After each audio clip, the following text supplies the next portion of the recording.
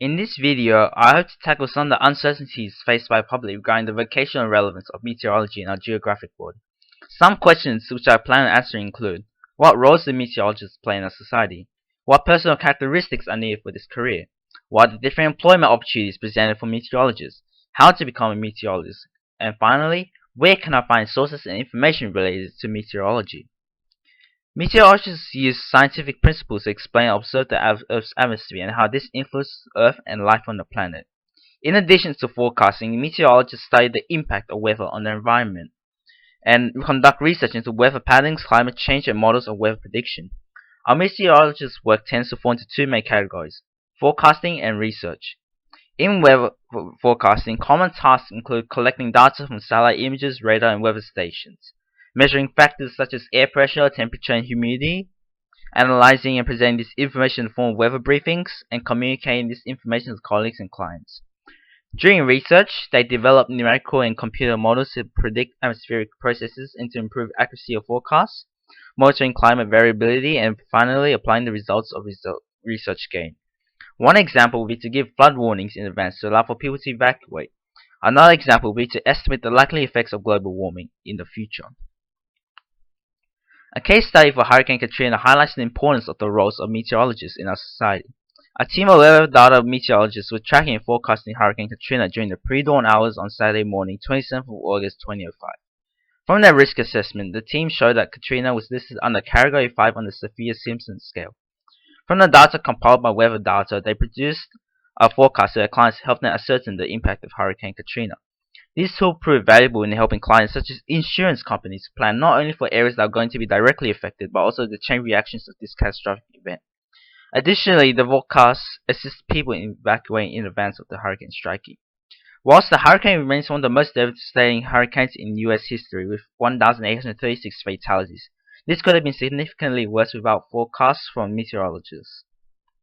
To become a meteorologist, one must have various skills required, such as good problem-solving skills and analysis of data, ability to write detailed and accurate scientific reports, team-oriented approach to work, and ability to interact with a range of people.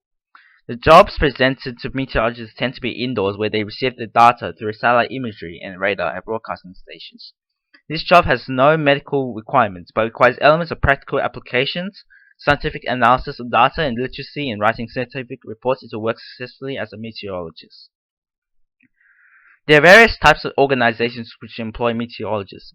The Bureau of Meteorology, also known as BOM, serves as the major employer, with other positions being readily available through CSIRO, universities, and environmental agencies. The salary ranges for meteorologists depending on their roles.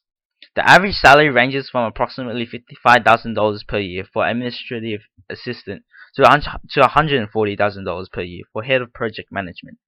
Typical forecasters work 12-hour shifts covering days and nights, normally working for 3 days.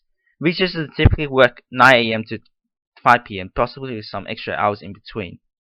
The prospect of having an increase of salary remains relatively high due to the importance of weather influencing our everyday lives, with experience and wisdom being the key factor in salary upgrades. While there have been many opportunities for meteorologists, they must demonstrate the necessary skills as shown previously, along with various qualifications to be successfully employed. Meteorology is a tough subject, requiring co-requisite knowledge in higher mathematics, advanced physics, chemistry, as well as good computer proficiency. Whilst a bachelor's degree in meteorology may not be necessary to become a meteorologist, it is highly recommended as it provides learners with the skills needed to operate successfully. People can train to be a meteorologist by enrolling in various universities which provide meteorology as a course, such as UNSW and University of Western Australia. Additionally, relevant work experience is also provided by BOM to recent graduates of meteorology, where they're given industrial placements for 9 months at the BOM Training Centre in Melbourne. Through this work experience, applicants can gain more further insights into the basics of meteorology and experience the role of meteorologists in society. There are various sources where you can find more information regarding the meteorologist's career. One such great source is Prospect Careers. This website profiles everything that's required to become a meteorologist, with information showing the roles that they play and the different jobs available. The BOM website is also very useful as they are the main employers of meteorologists, providing forecasts for Australia's weather climates.